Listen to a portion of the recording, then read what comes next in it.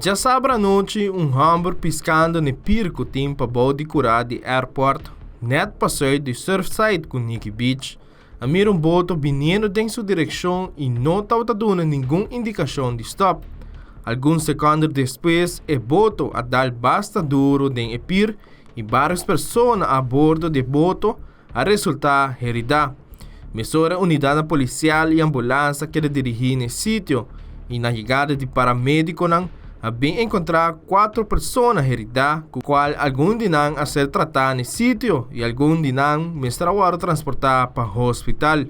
Polícia também estava presente e recebeu informação fora do capitão de Boto que sua persona não mira estava chegando cerca de pier e com consequência a dar basta duro de saque.